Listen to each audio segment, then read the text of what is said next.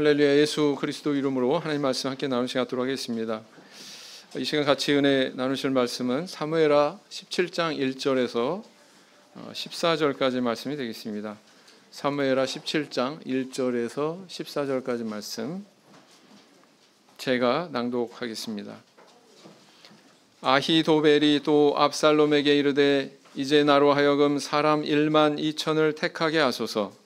오늘 밤에 내가 일어나서 다윗의 뒤를 따라 저가 고나고 약할 때 엄습하여 저를 무섭게 한즉 저와 함께 있는 모든 백성이 도망하리니 내가 다윗 왕만 쳐 죽이고 모든 백성으로 왕께 돌아오게 하리니 무리에 돌아오기는 왕에 찾는 이 사람에게 달렸음이라. 그리하면 모든 백성이 평안하리이다. 압살롬과 이스라엘 장로들이 다 그 말을 옳게 여기더라. 압살롬이 이르되 아렉 사람 후세도 부르라. 우리가 저의 말도 듣자 하니라. 후세가 압살롬에게 이르매 압살롬이 저에게 말하여 가로되 아히도벨이 여차여차히 말하니 우리가 그 말대로 행하랴. 그렇지 않거든 너는 말하라. 후세가 압살롬에게 이르되 이때에는 아히도벨의 베푼 모략이 선치 아니하니이다 하고 또 말하되 왕도 하시거니와 왕의 부친과 그 종자들은 용사라. 저희는 들에 있는 곰이 새끼를 빼앗긴 것 같이 격분하였고 왕의 부친은 병법에 익은 사람인즉 백성과 함께 자지 아니하고 이제 어느 굴에나 어느 곳에 숨어 있으리니 혹 무리 중에 몇이 먼저 엎드러지면 그 소문을 듣는 자가 말하기를 압살롬을 쫓는 자 가운데서 패함을 당하였다 할지라. 비록 용감하여 사자 같은 자의 마음이라도 저상하리니 이는 이스라엘 무리가 왕의 부치는 영웅이요 그 종자들도 용사인 줄 알미니이다. 나의 모략은 이러하니이다.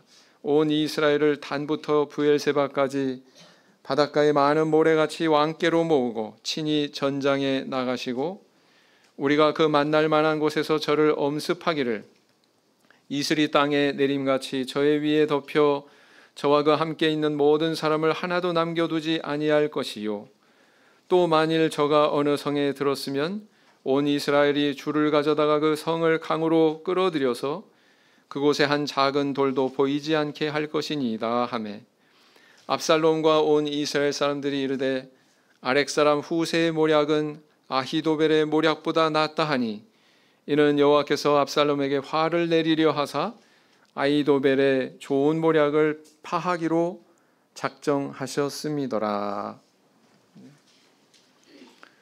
복권에 당첨된 미국 사람이 있었습니다. 잭 휘테커라고 하는 사람이었고 당시 59세의 나이로 사업을 하고 있는 사람이었습니다. 복권에 당첨이 됐는데 슈퍼볼이라고 하는 이름의 그 복권에 3천억 원의 그런 해당되는 액수를 거머쥐게 됐다라는 것입니다. 이제 복권에 당첨이 되었으니 경제적인 자유를 얻게 됐고 이제는 행복할 것만 같은 그런 그의 인생이었습니다. 그런데 그의 인생은 그의 기대와는 달리 이때부터 불행의 길을 걷기 시작했다라는 것입니다. 언론사에서는 수시로 막 도박, 음주, 여자 관계로 복잡한 이 사람의 사생활을 파헤쳐 가지고 기사화했다고 합니다. 그런가 하면 또 친척과 친구들이 몰려와 가지고 내가 좀 돈이 필요한데 막 이러면서 물질적인 그런 도움을 호소하는데 이게 한두 사람이어야 말이죠. 때로 몰려오니까 거기에 시달려야 됐다는 것입니다. 또 재산과 관련해서 460여 건의 민사소송에 휘말렸다고 합니다. 삶이 이렇다 보니 가정 순탄할 리가 없죠. 그래서 부인과는 이혼했고 딸은 암에 걸리기까지 했다는 것입니다. 그런데 그 중에서도 가장 절망적인 사건은 그의 사랑하는 손녀가 죽은 것이었어요. 왜 죽었냐면 사실 그 원인은 이 휘테커라고 하는 이 사람에게 있었습니다. 나치범들이 소녀를 잡아다가 자기에게 몸값을 내놓으라고 이렇게 협박을 할 것 같으니까 그게 걱정이 돼가지고 손녀를 학교를 안 보낸 거예요.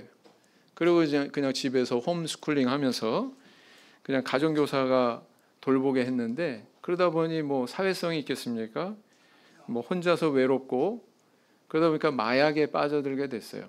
이 아이가 마약을 하기 시작했습니다. 그리고 결국은 17세의 그런 꽃다운 나이에 마약 과다 복용으로 사망을 하게 됩니다. 이 뼈아픈 일을 당한 이 휘테커 씨는 나중에 눈물을 흘리면서 이렇게 말했습니다. 만약에 손녀를 살릴 수만 있다면 이 당첨금을 다 되돌려주고 싶은 그런 심정입니다. 이렇게 얘기를 했답니다.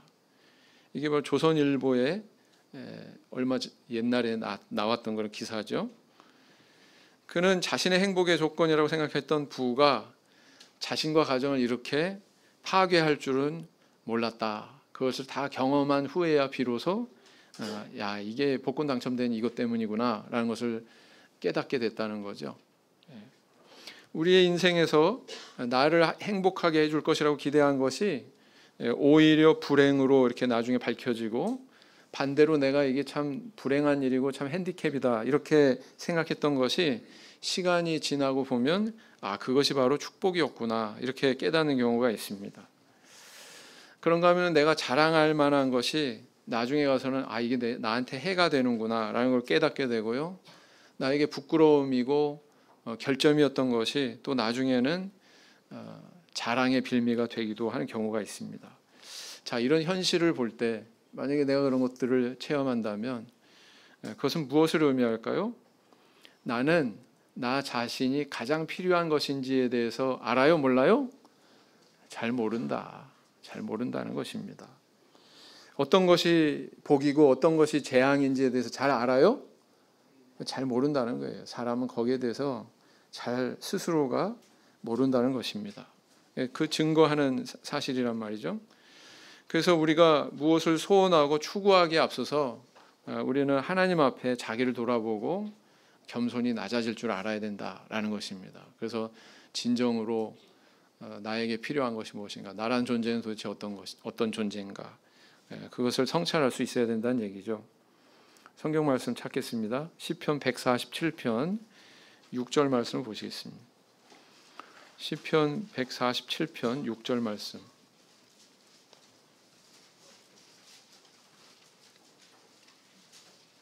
같이 읽겠습니다. 시작. 여호와께서 겸손한 자는 붙드시고 악인은 땅에 엎드러 뜨리시는 도다. 그랬어요. 우리 성도님들 이렇게 삶을 살아가는 동안에 정말 예기치 않게 역전되는 그런 상황, 어처구니 없는 그런 상황들 만나지 않습니까? 우리가 이 평상시에 잘 쓰는 단어 가운데 아이러니라고 하는 그런 영어 단어가 있습니다. 이 단어의 뜻은 어떤 일에 대해서 예상 밖의 결과가 나타나서 어떤 모순과 부조화를 느낄 때 참 아이러니하다 이렇게 표현하죠. 그래서 우리말로 번역하면은 뭐 모순이다, 뭐 반전이다, 뭐 역설이다 이렇게 표현하는 것이 적절한데, 그래도 이 모든 걸 다 표현하지는 못하는 것 같습니다. 아무튼 이런 단어들이 아이러니를 설명해 줄 수 있을 것 같아요. 우리가 살아가는 이 세상에는 많은 아이러니들이 있습니다. 항상 예상한 대로 일이 진행되지 않는다는 거죠. 전혀 반대의 결과가 나타나서 실패인 줄 알았는데 성공하게 되고, 죽은 줄 알았는데 살게 되고, 그죠? 형통인 줄 알았는데 오히려 일이 꼬이게 되고, 막 이런 경우들을 우리는 경험하게 된다라는 것입니다. 어찌 보면 그리스도의 십자가 사건은 대표적인 아이러니다 이렇게 볼 수도 있습니다. 세상 사람들의 눈에도, 그리고 제자들의 눈에도, 심지어 마귀의 눈에도 이 십자가 사건은 하나님의 실패처럼 보였습니다. 그러나 그것은 실패가 아니고 인류 구원을 이루시고자 하시는 하나님의 지혜였고 하나님의 승리였죠.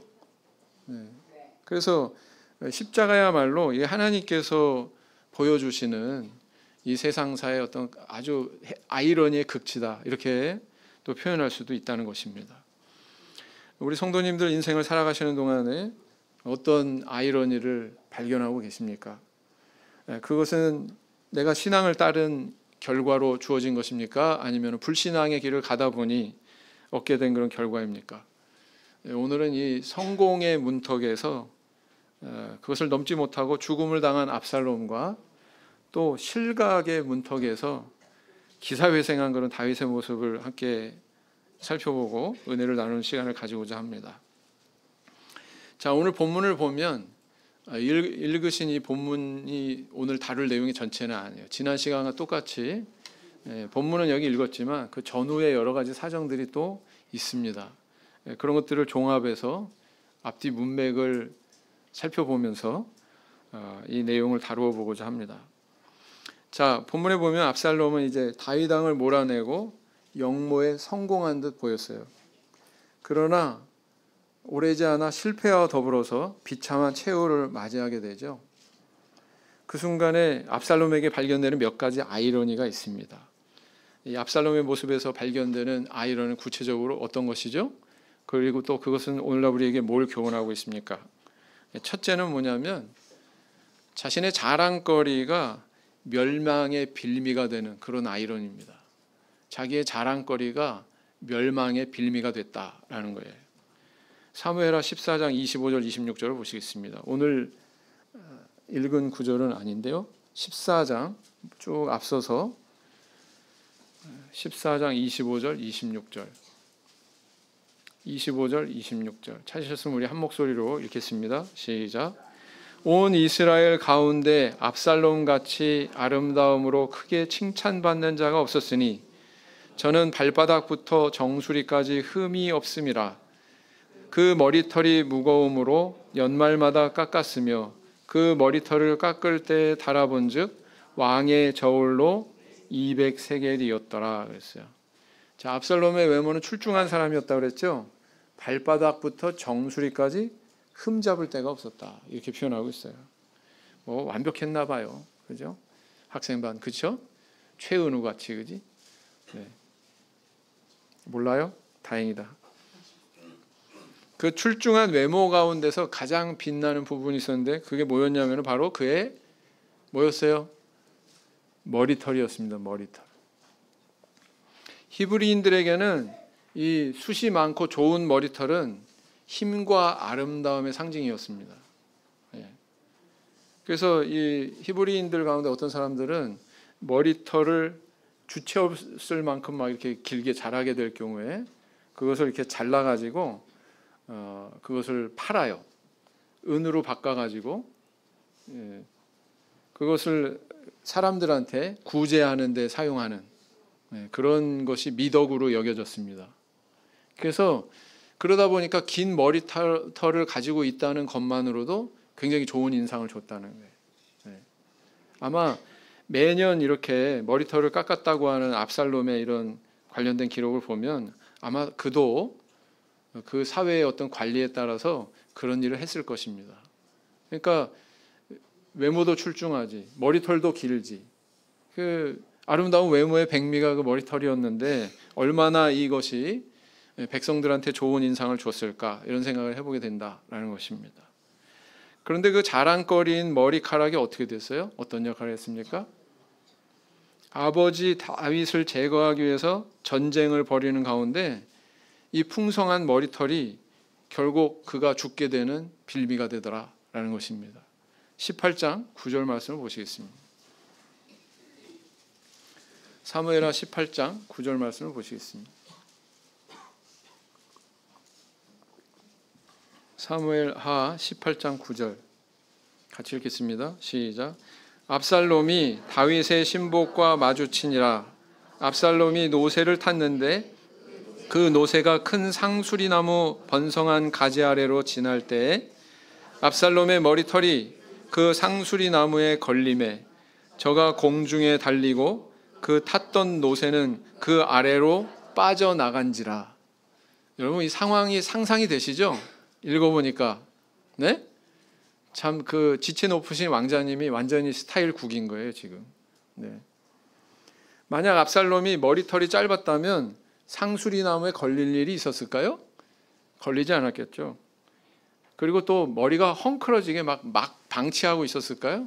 왕자니까 그렇지 않았을 거예요. 막 이렇게 저렇게 따 올리고 아주 권위적으로 이렇게 장식을 하고 그렇게 했을 것입니다. 그렇게 묶어 올린 머리털이 상수리 나무에 걸려가지고 노새는 밑으로 빠져가 버리고 그냥 대롱대롱 매달린 거예요, 말하자면. 어떻게 할 수도 없고. 이렇게 자랑거리와 자부심의 뿌리가 결국은 그가 죽임을 당하게 되는 원인이 될 줄 그 자신은 아마 미처 몰랐을 거예요. 그래서 여기서 우리는 뭘 발견할 수가 있습니까? 한 사람의 자랑거리가 이렇게 자기를 죽이는 빌미가 될 수도 있구나. 아이러니죠? 오늘날 우리도 그렇습니다. 사람은 다 하나님께 부여받은 자기 자랑거리가 있어요. 은사가 있습니다. 그런데 이제 그것이 나를 행복의 길로 인도하고 나의 성공을 보장하는 원천으로 그렇게 생각을 했는데 오히려 그것으로 인해서 수치를 당하고 불행을 당하게 되는 경우도 있을 수 있다는 것입니다. 그래서 인생의 아이러니라는 거죠. 우리 성도님들 TV에 나오는 연예인들 볼 때 어떠세요? 참 많은 사람들이 막 알아봐주고 사람들의 관심과 인기로 부와 명예를 저렇게 누린다는 것 참 부러울 때가 많지요. 그들이 누리는 부와 명예만 보면 참 부럽기도 하고 마냥 행복할 것 같은데 근데 어떻습니까? 그런 부와 명예가 때로는 평범한 사람보다도 훨씬 더 그들을 망하게 하는 것을 보게 됩니다. 평범한 사람이 실수하는 것은 뉴스에 나오지 않습니다. 뭐 김세한 목자가 음주운전하다가 걸렸다 이런 거 뉴스에 나옵니까? 안 나옵니다. 그런 건 안 나와요. 근데 뭐 유명 연예인이 뭐 이렇게 작은 실수하거나 막 그러면은 막 신문에 대문짝만하게 나옵니다. 뉴스에서 뭐 수시로 보도합니다. 그로 인해서 그동안 누렸던 부와 명예가 한순간에 물거품이 되고 인생의 나락으로 그냥 추락해버리는 그런 경우 봐요, 안 봐요? 많이 보죠. 너무 그래서 어떤 연예인은 막 자살하기도 하고 말이죠. 그런 걸 우리는 눈으로 목격한단 말이에요. 근데 그 안에서 교훈은 받는지 모르겠어요. 이런 사례들을 보면 이런 부와 명예와 인기가 마냥 좋은 것이 아니구나. 저 굉장히 위험한 거구나. 떨어지는 칼처럼 굉장히 위험한 것이구나 라는 것을 알 수가 있습니다. 청와대 정책실장이었었던 한 인물이 있습니다. 변양균이라고 하는 이름이 있습니다. 기억나십니까? 고위 공직자로 있었죠. 노무현 대통령 시절에 청와대 정책실장에 있었는데 그는 뭐 서울대 나와가지고 뭐 행정고시 그냥 패스하고 젊은 나이에 막 진급도 빨라가지고 그 자리에까지 간 거예요. 아주 승승장구했습니다. 노무현 대통령의 신임을 한 몸으로 받은 그런 인물이었습니다. 그런데 학력 위조의 거짓 교수인 신정아라고 하는 여인에게 속아가지고 둘 사이의 스캔들이 세상에 다 알려지고 말았어요. 큰 수치와 부끄러움을 당했습니다. 결국은 그 자리를 유지할 수 없어서 정책실장 옷을 벗고 말았습니다. 알고 계시나요? 그런 뉴스가 있었어요. 그가 그렇게 높은 관직에 없었다면 이런 수치와 부끄러움 당했을까요? 안 당했을까요? 안 당했겠죠. 그렇게 뭐 명문대 나와서 고시 패스하고 그 자리에 올라가면 뭐합니까? 한순간에 다 와르른데 한순간에 정말 다 무너졌어요. 이게 바로 우리의 인생의 실상이다라는 것입니다. 이런 것을 보면 꼭 뭐 높은 관직, 뭐 권력이라고 하는 게 이게 꼭 우리가 자랑할 만한 것인가, 우리가 의지할 만한 것인가 이런 질문을 해보게 되죠. 그가 추구해온 권력이 결국은 사실은 그의 인생을 망쳐놓은 거다. 이게 참 인생의 아이러니라는 거죠. 우리 개인도 인생을 살아가면서 내가 자랑하고 내세울 만한 것들이 있습니다. 그런데 뒤집어서 한번 생각해 봐야 돼요. 이게 정말 자랑할 만한 건가? 내가 하나님 앞에 이거 자랑할 만한 건가? 육적인 거 함부로 자랑했다가 낭패당하는 이런 아이러니에 빠질 수 있다는 것입니다. 그러니까 우리는 경성해야 돼요. 하나님 앞에 겸손할 수 있어야 됩니다. 만약에 자랑할 것이 있다면 유일하게 내게 이런 은사를 허락하신 하나님, 나에게 자랑거리 주신 하나님, 그리고 언제 이건 그것도 거두어 가실 수 있는 그런 하나님, 그분이 나와 함께 하신다는 것, 거기에 대해서 우리 자랑하고 감사해야 되겠죠. 그렇습니다. 예레미야 9장 24절 말씀을 보시겠습니다. 예레미야 9장 24절 말씀.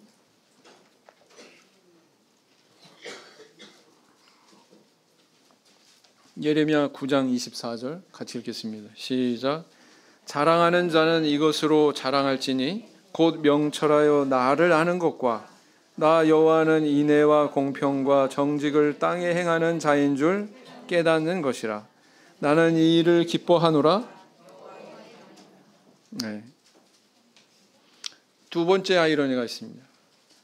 압살롬은 명성을 위한 기념비를 남겼는데 이게 나중에 경멸의 기념비가 됐어요.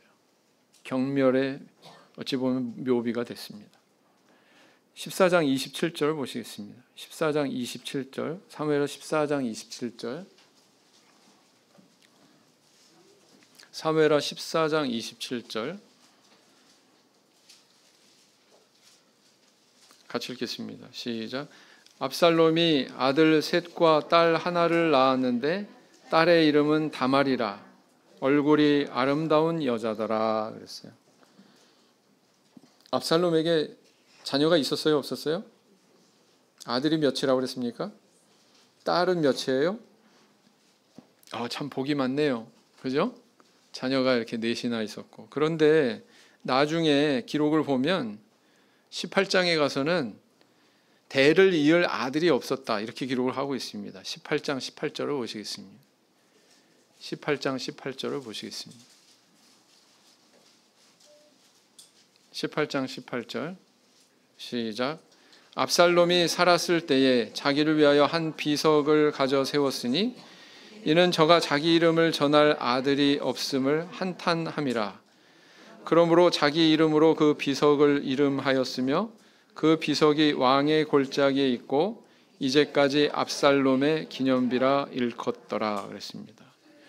여기 보니까 또 뭐예요? 압살롬에게 자기 이름을 전할 아들이 있었어요, 없었어요?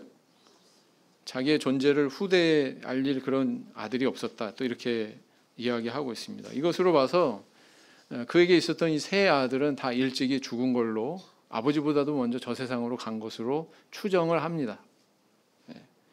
그리고 압살롬의 딸이 있죠. 딸 이름이 다말이에요. 여러분, 다말 어디에서 또 귀에 익습니까? 암논이 범했던 바로 그 압살롬의 누이 이름도 다말이었죠. 자기 누이에 대한 마음이 너무나도 지극해서, 너무나도 사랑해서 자기 딸 이름도 동일하게 다말이라고 지었던 것 같아요. 근데 어찌 되었건 이렇게 압살롬은 아들 셋이 있었음에도 불구하고 먼저 그들을 보내야 되는 그런 아픔을 경험한 아버지였구나라는 것도 알 수가 있습니다. 그래서 압살롬은 후손이 없었어요. 후손이 없으니 자기의 존재를 후대에 알릴 수 없고 어떻게든 알리고자 해서 세운 게 뭐냐면은 비석을 세운 거예요. 기념비를 세운 거예요. 지금도 이 기념비는 예루살렘 동남쪽 기드론 골짜기 언덕에 서 있습니다. 그 높이가 무려 15m나 됩니다. 모양은 애굽 바로 왕의 그런 왕관처럼 보인다고 그래가지고 바로의 모자 또 이렇게 일컫는답니다. 그래서 아주 멀리서도 눈에 잘 띈대요. 자, 이 기념비 때문에 이스라엘 사람들은 오늘날에도 압살롬이라고 하는 이름을 기억하고 있습니다. 근데 어떤 이름으로 기억하고 있나요? 압살롬을 어떤 이름으로 기억하고 있을까요? 아버지를 죽이려고 한 불효자식, 왕위를 찬탈하려고 한 반역자로 기억하고 있습니다. 그래가지고 성경의 다른 곳에 보면 압살롬이 죽은 그 시체 위에 막 돌무대기를 다 쌓았다고 그랬거든요. 돌로 던져가지고 돌무대기를 쌓았다고 그러는데 오늘날에까지도 돌 맞고 산답니다. 산 게 아니지, 죽었죠. 죽어서도 돌 맞고 있대요. 왜요? 사람들이 그 세워진 비석 옆에 지나갈 때마다 돌 던지고 지나간답니다. 돌 던지고. 이 나쁜 자식, 저 불효자식, 아버지를 죽이려 하다니 감히 왕위를 넘봐? 그것도 아버지 자리를 돌 던지고 한대요. 이처럼 압살롬이 세운 기념비는 본래 자기 명예를 위한 것이었는데 명예가 아니라 수치의 기념비로 남아 있습니다. 이것이 압살롬과 연관된 두 번째 아이러니. 이런 얘기가 있습니다. 어미 호랑이가 새끼 호랑이를 교육시켰어요. 얘야, 너 사냥을 할 때는 낮고 깊은 곳에 숨어서 먹이가 나타나기를 끈질기게 기다려야 된다. 절대로 밝은 곳으로 이렇게 나서면 안 된다. 신신당부를 했건만 이 새끼 호랑이는 어머니 말대로 하는 게 너무 힘들었어요. 엄마 호랑이 말대로 그렇게 숨어서 기다리고 불편하고 막 그러다 보니까 허탕치는 날도 많고 그래가지고 마음속에 불만을 품기 시작했습니다. 아이고, 백수의 왕인 호랑이가 왜 이렇게 숨어 있어야 된다고 하는 거지? 마음속에 의문과 불만을 품었습니다. 그러다가 어미 호랑이가 자리를 비웠을 때 이 새끼 호랑이가 홀로 산꼭대기에 딱 올라섰어요. 그리고 이렇게 쭉 내려보니까 온 세상이 자기 발 아래에 있는 거예요. 사람들도 저 멀리 개미만하게 보이고. 그래가지고 이 새끼 호랑이는 의기양양하게 거기서 아주 포효를 했습니다. 포효를 했더니 그 어흥하는 소리를 듣고는 바위 틈에 숨어있던 토끼가 놀래가지고 막 뛰기 시작한 거예요. 그래서 이거 봐라, 기회는 이때다. 그리고 이제 새끼 호랑이가 그 토끼를 잡아가지고 포식을 하게 됐죠. 이거 엄마한테 들은 이야기랑 틀린데? 이렇게 생각하게 된 거예요. 어미 호랑이가 돌아왔습니다. 그래서 오늘 있었던 일을 쫙 얘기했더니 눈이 동그래지면서 다시는 그러지 말라고 이렇게 다시 타일렀습니다. 그런데 며칠 후 다시 또 이제 어미 호랑이가 자리를 비웠을 때에 이 새끼 호랑이는 다시 산꼭대기에 올라갔습니다. 그리고 또 포효했습니다. 그런데 어흥하고 포효하는 그 순간에 저 멀찍이서 탕 하고 총알이 발사가 됐어요. 사냥꾼이었죠. 그로 인해서 이 새끼 호랑이는 그 총알에 맞고는 낭떠러지에 떨어져 죽었다고 합니다. 자, 이런 우화처럼 높이 올라가면 올라갈수록 더 낮게 떨어진다라는 겁니다. 더 빨리 올라가면 올라갈수록 더 빨리 떨어지게 돼 있어요. 그렇죠? 세종시 부동산 가격이 그렇죠? 네? 목사님이 별걸 다 알아, 그지? 그죠? 그래서 우리는 인생을 살아가면서 깨어서 경성하고 겸손하게 낮출 줄 알아야 된다라는 거예요. 그 다음 세 번째는 뭐냐면 신중한 그의 선택이 오히려 멸망의 빌미가 되었더라라는 것입니다. 사무엘하 17장 14절 말씀을 보시겠습니다. 사무엘하 오늘 읽은 말씀의 마지막 절이죠. 17장 14절. 압살롬과 온 이스라엘 사람들이 이르되 아렉 사람 후세의 모략은 아히도벨의 모략보다 낫다 하니 이는 여호와께서 압살롬에게 화를 내리려 하사 아히도벨의 좋은 모략을 파하기로 작정하셨음이더라 그랬어요. 압살롬은 참 치밀한 사람이에요. 외모만 출중한 사람이 아닙니다. 이 사람은 굉장히 머리가 좋은 사람입니다. 영모를 위해서 건성으로 준비하지 않았습니다. 이미 오랜 동안 준비를 한 사람이에요. 재판받으러 나온 백성들의 입을 맞춰가지고 그 사람들의 마음을 빼앗았습니다. 그런 일을 하기까지 4년이 걸렸어요. 4년이. 인내심도 있는 사람이죠. 그리고 그렇게 마음을 샀던 백성들을 영모에 동원시키는 아주 치밀한 전략이 있었습니다. 뿐만 아니라 하나님께 제사를 드리는 행위를 통해서 이 왕권에 대한 그런 종교적 정당성마저 이렇게 확보해야 된다. 이게 중요하다. 이런 것까지도 판단하고 있었습니다.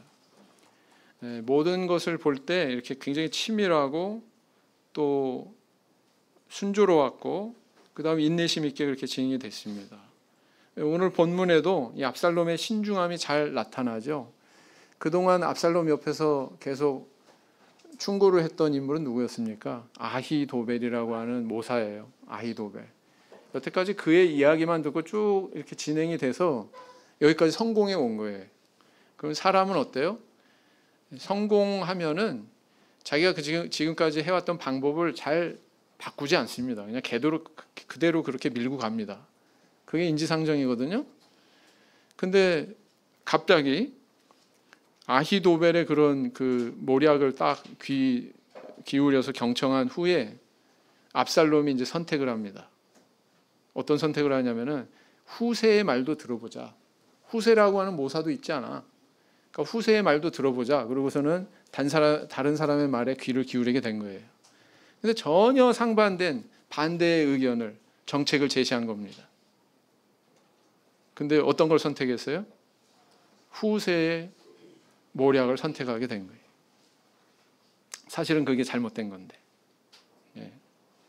아마 압살롬의 마음은 그랬을 겁니다. 좀 신중해보자. 신중하게 선택하려면 이 사람 말도 들어보고 저 사람 말도 들어봐야지. 그러니까 아히도벨의 말뿐만 아니라 이렇게 후세의 말도 들어보고 결정을 하는 것이 지혜로운 거야. 이렇게 생각을 했던 것 같아요. 그런데 우리 바둑의 그런 격언도 있지 않습니까? 장고 끝에 악수다. 그런 말이 있는 것처럼 결국은 이 후세라고 하는 모사의 조언을 듣는 바람에 압살롬은 자기 발목을 잡는, 자기를 패망시키는 그런 선택을 하게 되었다라는 것입니다. 그래서 우리는 이 마당에 우리 하나님 말씀 한 구절 기억하게 되죠. 잠언 16장 9절 말씀을 보시겠습니다. 잠언 16장 9절 말씀을 보시겠습니다.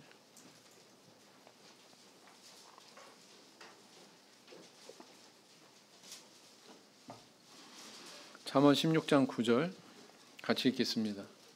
시작. 사람이 마음으로 자기의 길을 계획할지라도 그 걸음을 인도 여호와시니라 그랬어요. 그래서 이처럼 아무리 뛰어나고 출중하고 능력 있고 신중한 압살롬도 결국은 왕의 등극에 실패하게 됩니다. 실패가 아니고 이제 완전 패망하게 되죠. 죽음에 이르게 됐다라는 것입니다. 왜 이렇게 망했을까요? 왜냐하면 거기에는 의로움이 없었기 때문입니다. 아무리 지혜로워도 아무리 뛰어나도 거기에 의로움이 없으면 망하게 된다라는 것입니다. 이 의로운 자를 도우시고 오히려 악한 자를 배척하시는 그 하나님이 이 세상을 다 지배하고 계신다라고 하는 이 믿음에서 떠나 있으면 망하게 되어 있다는 거예요. 그것을 알아야 된다라는 것입니다. 그래서 자기 머리, 자기 판단만 믿고 불의의 길을 선택하면 압살롬 같이 된다라는 것을 우리에게 교훈해주고 있는 것입니다.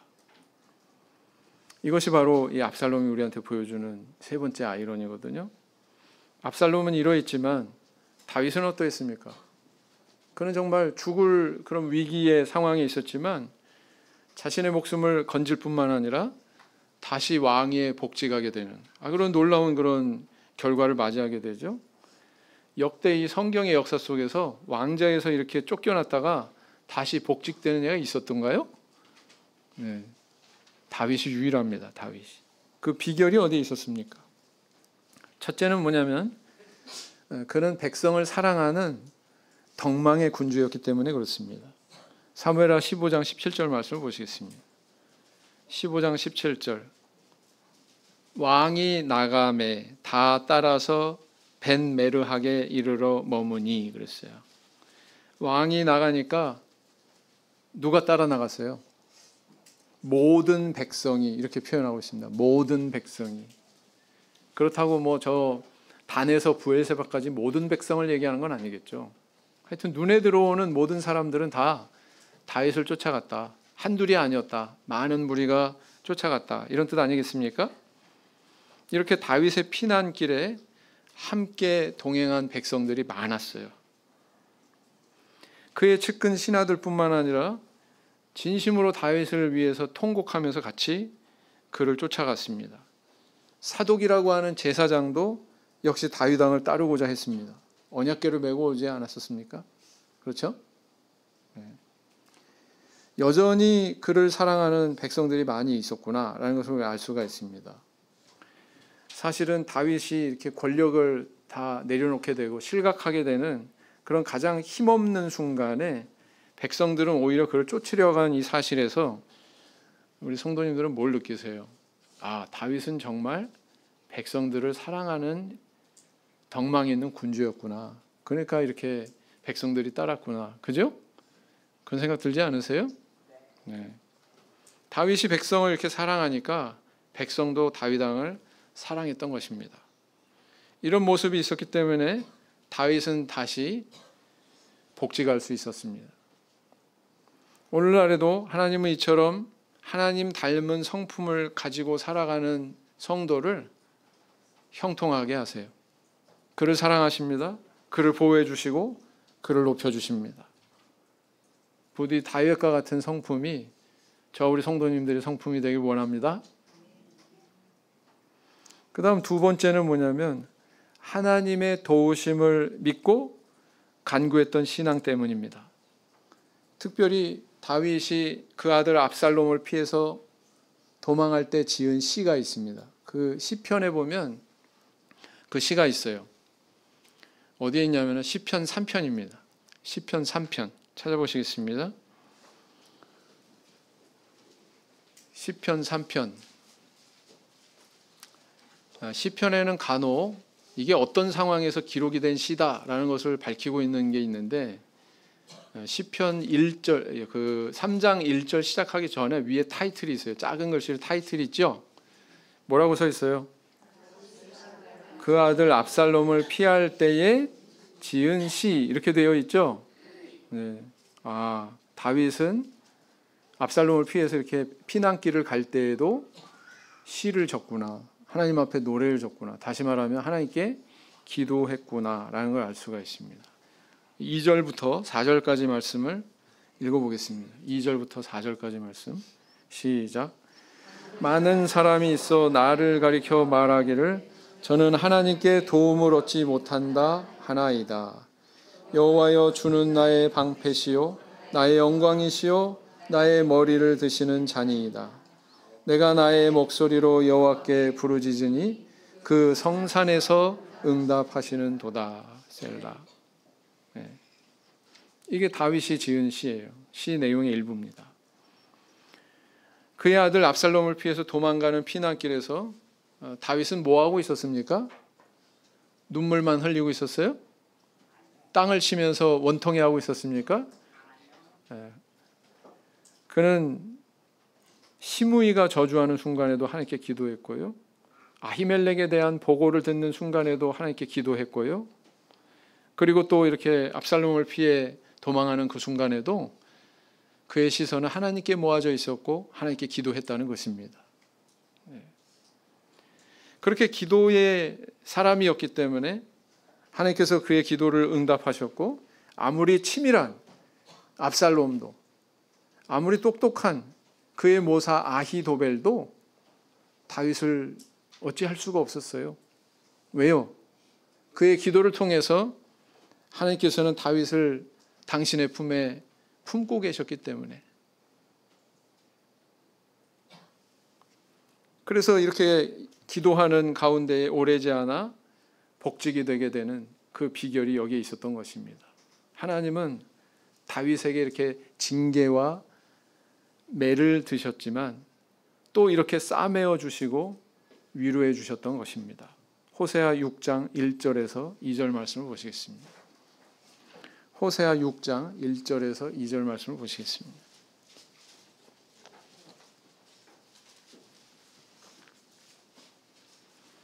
호세아 6장 1절에서 2절 같이 읽겠습니다. 시작. 오라 우리가 여호와께로 돌아가자. 여호와께서 우리를 찢으셨으나 도로 낫게 하실 것이요 우리를 치셨으나 싸매어 주실 것임이라. 여호와께서 이틀 후에 우리를 살리시며 제3일에 우리를 일으키시리니 우리가 그 앞에서 살리라 그랬어요.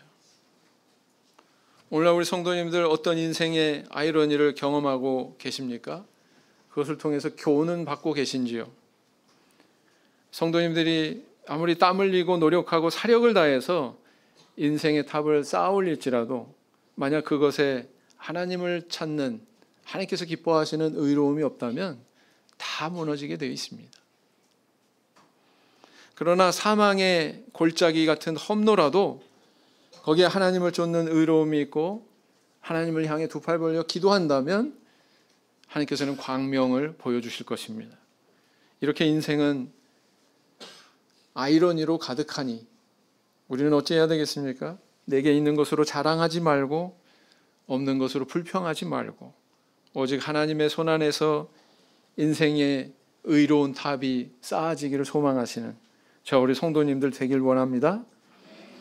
압살롬의 이런 멸망의 아이러니가 아니라 다윗의 이런 구원의 아이러니의 주인공이 다 되시는 저 우리 성도님들이 되시기를 예수님 이름으로 기원드립니다. 묵상 기도하시겠습니다.